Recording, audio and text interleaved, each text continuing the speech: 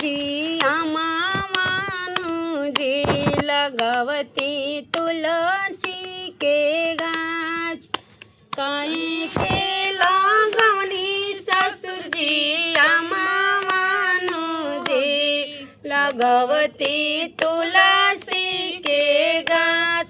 आंगन में करती पूजन मानु जी तरी जाइत कुल्हा परिवार।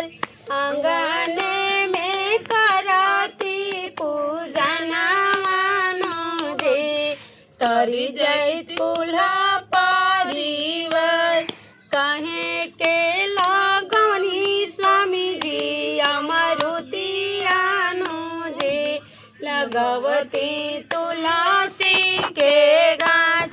कहे के लगौनी प्रभु जी मारुतियानु जी लगवती तुलसी के गाछ।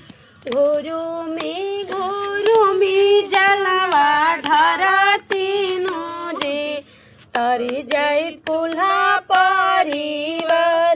घुरुमी जलवा धरतीनु जी तरी जाइत कुल्हा परिवार।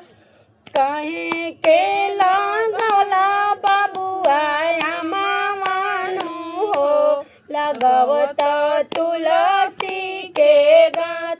रोजे सबेरे दियावा बरतीनु हो तरी जाइत कुल्हा परिवार।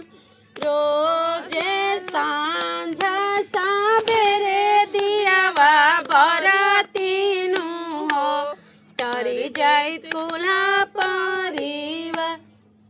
तरी जाइत कुल्हा परिवार।